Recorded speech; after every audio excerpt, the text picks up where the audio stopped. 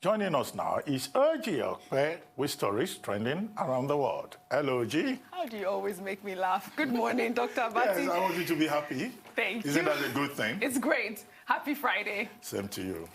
Adeswa, good morning. Good morning. Thank God Today it's you Friday. look different. I don't know what you've done. We'll talk about it after the Friday. show. It's the Friday feeling. Yeah, there are plans. Do you know that the restaurants are open No, now? Dr. Abati, there are no plans. We'll talk about it after the show. Good morning, Rufai. How are you? Audrey, good morning. Great to see you today. Happy Friday. Happy Friday, TGIF. Well, good morning to you, viewers. We begin What's Trending with a recently released video by the Federal Bureau of Investigation on how the agency solved the cybercrime orchestrated by social media influencer Ramon Abbas, better known as Hush Puppy. Famous for his lavish lifestyle on Instagram, posing with private jets, five-star hotels, and supercars, the FBI says this cybercrime is arguably one of the most unique cases out there. Let's take a look.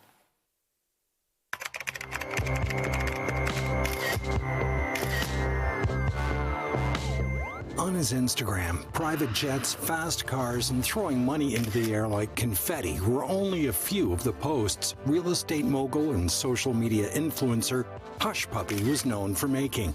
Little did he know, he was leaving a digital trail for all us here at the FBI, and that flaunting led us to the truth: a massive money laundering scam. In total, he had stolen $1.6 billion in United Arab Emirates dirham. It's a crime that will leave you speechless. I know I was.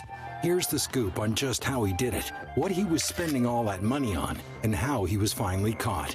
His real name, Ramon Abbas. He is a social media influencer and a self-proclaimed real estate mogul from Nigeria. So, here's how the arrest went down. See, Ramon Abbas unknowingly had given us everything we needed to make the arrest, and it was from all those posts that he loved to make on his beloved Instagram and other social media platforms. I mean, the guy called himself Billionaire Gucci Master on Snapchat. He wasn't one to hide his wealth or his lifestyle, but one day, he disclosed just a bit too much information. It was his birthday, and he couldn't wait to make some legendary posts on the gram. One such post said, "Started out my day having sushi down at Nobu in Monte Carlo, Monaco, then decided to book a helicopter to have facials at the Christian Dior spa in Paris, then ended my day having champagne in Gucci." Then he proceeded to tag posts with hashtag #AllMine and stand with a number of Bentleys, Mercedes, Ferraris, and Rolls Royces. But right there for all to see was some very key information. He had his email and phone number saved to his Instagram. And when our boys here at the Bureau did a little digging, we were able to link it to financial transactions and transfers known to be associated with co-conspirators. To quote our affidavit, the email account also contained emails with attachments relating to wire transfers in large dollar values. Well, one post had a picture of his birthday cake, and it had a Fendi logo on top. Our investigators were able to verify his date of birth from a previous U.S. visa application. We had all we needed. July 2nd, 2020, we made our move. Our buddies at the United Arab Emirates went straight to his Dubai apartment and instantly captured Mr. Ramon Hush Puppy Abbas. From Dubai, they sent him to us, and now our agents have him secured away at the Metropolitan Correction Center in Chicago. After his arrest, we seized his assets, almost $41 million in cash, as well as 13 top-of-the-line luxury vehicles that came to a total worth of $6.8 million, were now in the hands of the FBI. Sorry, Ramon. You didn't earn it legally. The next step for Hush Puppy? Well, this cyber criminal will be transferred to Los Angeles, and if he is convicted, he should be put away for a very, very long time. Money laundering is a serious offense, and when it's in the millions of dollars, it's even more serious. Hush Puppy could face a maximum of 20 years in prison, and let's not forget, all those lavish luxury cars and pristine Gucci outfits, yeah, they're gone. You're back to square one, Mr. Abbas. Incredible. $41 million in cash. That blew me away. I could not believe the revelation. It was an 11-minute video I watched, and they talked about the fact that he also scammed, a soccer team as well. 20 years in prison, that's what he's facing at this point. It is a great revelation for a lot of Nigerians who think this is a way of making money. You know, I can never get over the audacity to, you know, live in such opulence and flaunt it on social media. Illegal opulence, illegal acquirement of such opulence, and then you flaunt it in everybody's faces. But for me in all of this, I watched that video and it was like something from the movie. It was like a documentary, and I'm like, no, this is real. This is real. This is a Nigerian. But I think what is instructive for me is the level of investigation, the thoroughness of the investigation put into it. And I think that our anti-graft agencies can learn from this. They begin to lose those cases in court because they do not have the evidence to back, you know, their claims. And this is just an example of how you can build on a case and you hit the home run. Yes, well said. Well, Ramon Balode Abbas, popularly known as Hush Puppy, is at the moment at the Metropolitan Correctional Center in Chicago, where the Department of Justice has since filed a case against him in court after the investigation by the FBI and his extradition to the United States in the first week of July. He was arrested along with another ally of it, or an accomplice, who's also been charged for conspiracy, a fellow called Olalekan Ponle, who also goes about with aliases. That one is known as Woodbury, and he operates under the alias McCain. And these two gentlemen, they are being charged for internet fraud, internet scam, BECs, that's business email compromise schemes. You will recall that last year, another Nigerian was part of a 53 man list that was arrested by the FBI. And the most prominent among on that list was also a Nigerian, a guy called Ubinwanne Okeke, popularly known as Invictus. So why have I given this outline? Is to show that there is a generation, an emerging generation of young men and perhaps ladies who are giving Nigeria a bad name internationally. They constitute a minority, but you know, their own efforts, their own exploits give the country a very bad name indeed. In the past, you've brought people who are promoting Nigeria, who are promoting a good side of Nigeria, but this morning you've brought a story that shows part of the challenge we have with the image of Nigeria internationally. Now, the question you should ask, because this Hush Puppy or Ramon Abbas is described as a social media influencer. And he's a role model for many young Nigerians. He has a large followership. Yes. And if you check his pictures, he's decked out in designer attires. He identifies more popularly with Gucci, but also with Fendi, Versace. In fact, I don't know whether he orders his food, whether he eats designer food. He does eat on But he's a man who has Birthday cake had a reputation, logo on it. a reputation for conspicuous presence, for conspicuous consumption, you know, and now he made himself so conspicuous, he was noticed by the FBI. And many slave queens, if I may add this, in Nigeria, they form part of his fans on social media. What is slave queen? They are always there. Dr. Bat, what is a slave No, young ladies who say they are upwardly mobile and they are slaying. Their job is to keep slaying. So we should stop you see, slaying. they were obsessed with them. Many of them immediately unfollowed them, you know, and then young men also follow him. So the question you then ask is, why are persons like this role models for young Nigerians? That's where I'm going. I'm not attacking slave queens. Well, no, they're the question influencers. is, why are they role models? No, you can be an influencer and not necessarily be a role model, but he was a role model. So the lesson of his arrest and prosecution, I think, will be noted by those persons who consider him a hero because of his conspicuous lifestyle that is based on unearned income, as that commentator pointed out. So as they say ordinarily in Africa, every day for the thief, one day for the owner. And this is what has happened here. And we hope that he gets his day in court and that justice will be done. Rufai, what's your take on this Slay King? That's Angie, don't get me started. Small girl, big God. Another group of people out there. I mean, it's a reflection of society, and we need to deal with it. It's not only Hush Puppy. There are tons of other people out there that are on social media, Instagram and the likes, the slay mamas and the likes, and we know to a large extent that they might profit from all this internet fraudsters and people like that. But I think Hush Puppy's story is quite instructive. I think Nigerians should learn to ask questions about the source of wealth, as it were. Because there were a lot of people, apart from having slay queens follow him, there were a lot of prayer warriors that were constantly praying for Hush Puppy. Because he would dole out cash to them, he had some sense of generosity to him, so they thought he was God sent to them. And they would not ask questions about the source of wealth. There were even musicians that praised him to the high heavens. And there were even people, even some purported journalists too, that were on the bandwagon, gave him interviews. And in fact, Hush Puppy will share some life nuggets and they will say he's very deep while he did internet fraud. So it's a reflection of our society. And we look inwards. I keep asking a question on this show that, are we really sure that we want to hand over this society to our children even yet unborn? And I don't get too convincing answers about that. So it's not only Hush Puppy. Hush Puppy is just one out of many. We can go way back even to the 90s, you know, of 419. I think it was 419 in the 90s. The criminal code that dealt with this was even 419, and that name was hedged on. And we've heard stories over and over and over and over again. It's time for us to truly look inwards and ask a question very strongly, that what is the social fabric of society?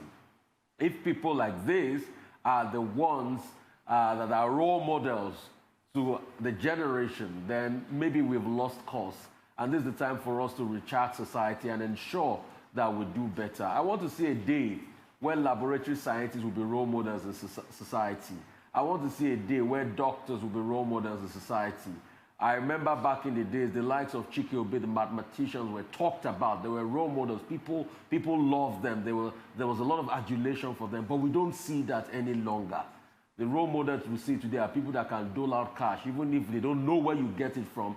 As long as you can give them money, they'll say, God will make you bigger and the likes. Let's look inwards. Let's look inwards. Well, you mentioned we are a very unbalanced society, and it's going to portend trouble in the future if we don't look into it. We are becoming too materialistic, and it needs to stop. Well, once upon a time in this same Nigeria, teachers were role models. Yeah. And the headmaster was like a king within the community. Yeah. The headmaster did not earn money. The teachers did not have a lot of resources, but they were the role models for society. People wanted their children to go to school and make something out of their lives. But, you know, the moral turpitude that we face, this is the price we pay for it. Good point. Let's take another story. Some Nigerians have reacted to reports that President Muhammadu Buhari's nephew, Mamman Daura, was allegedly flown abroad for medical attention. According to the reports, the 79-year-old was alleged to have been flown to the United Kingdom on a private jet for a routine medical appointment or for urgent medical care. As speculations continue to mount, many users on social media have also raised concern that the trip came at a time the federal government was yet to lift the ban imposed on international flights to curb the spread of COVID-19. Let's take some reactions. One user, Festus Green, wrote, they relaxed restriction on international travel just to fly Mamman Daura to a UK hospital, but Buhari promised to end medical tourism. They hesitated to lock down the country pre-COVID-19 because of Buhari's daughter. But Buhari claimed that he belonged to no one. Nigeria is depressive. While some Twitter users were of the opinion that people close to power suffering medical issues should not be sympathized with, while others deferred. One user, Faris, wrote, Nigeria would never be united as long as there are some people who rejoice over the death and suffering of others. They rejoiced when Abba Kyari died, and now they are happy because of Mamman Daura's health condition. Why don't we just let go of the hatred and bigotry? I mean, a lot of Twitter users are outraged majorly because of the fact that, you know, he's close to power and people close to power should not flout the COVID-19 protocol. You know, I mean, they're right in their opinion, but also the fact that anybody who really needs medical attention should be able to go and get the medical attention that they deserve. I mean, that's my own take on that story. Well, you're right. There's no law banning anyone who wants to seek medical attention anywhere in the world from not going to. If the story is true. Yeah, but the anger over the flights at a time when we're yet to open international airspace, but we must also remember that there have been flights in and out of Nigeria. Yes. We have the evacuation flight, so we do not know under which circumstance, if he has been flown abroad. He might have been on one of those evacuation flights going out of Nigeria he followed. But my question is, where's our sense of humanity? Why would anyone rejoice over the death of someone? It's terrible. All over social media, that's all they were talking about, really. Well, I think this is much ado about nothing.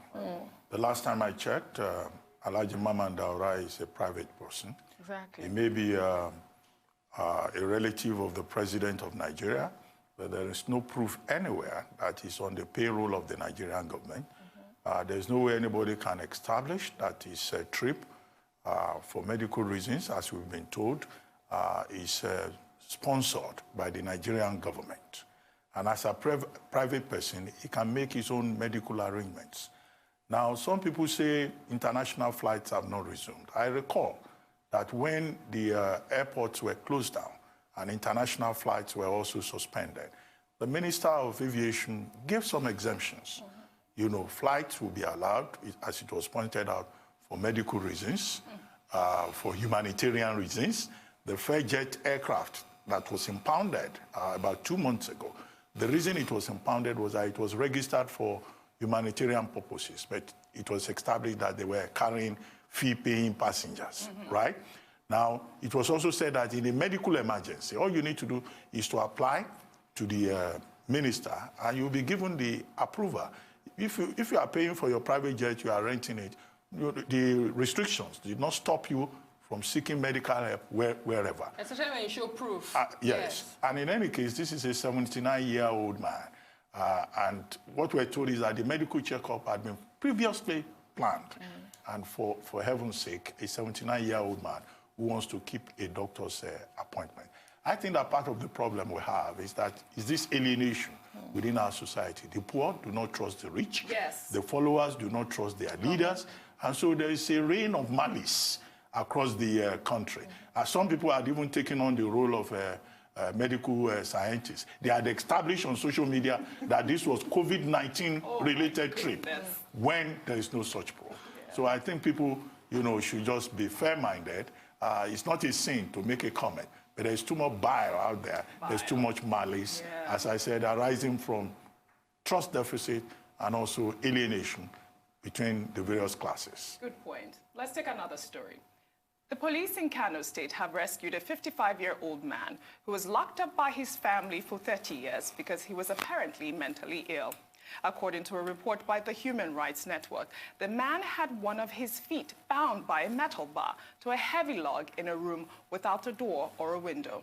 It is alleged that his late father locked him up after he started showing signs of mental illness. The 55-year-old is currently at a hospital where he's receiving treatment. Well, this is the third high-profile rescue operation in less than 2 weeks of people with special needs detained by their families. Rufai, this is a heartbreaking story. We took the story about that young boy recently that was locked up in a bird cage for 2 years. And then apparently, I believe it was last week, there was another case of a man who was locked up by his parents as well for 15 years. I mean, what's really going on here? It's heart-wrenching, and it's become a sort of a norm in society, and that's the sad part. That any time somebody is ill or we don't understand what is wrong with them, we isolate them from society, we lock them up instead of bringing them out to get medical care and seek medical care. And I think it goes a long way. We had the debate the last time about culture and ignorance. Yes. It goes a long way to show a lot of ignorance on this path. Because when somebody has such a challenge, and you lock them up in a house for quite some time, then it's problematic. You're destroying the mental makeup of that person. And I think we should desist from things like that. But it goes pretty much back to the laws in this country. And I still keep talking about the laws that even guard somebody that might have a mental health challenge or all the challenges. The law is dated. It goes back to the 50s that still say that anybody that's got a mental challenge, you should sell his property and use it to take care of him. I mean, laws like that are not right. And that's why we should push for better laws and better understanding in society. And there's also a strong role for awareness campaigns as regards things like that. And education is key. We need to educate people in society that somebody's got a mental challenge, not a death sentence.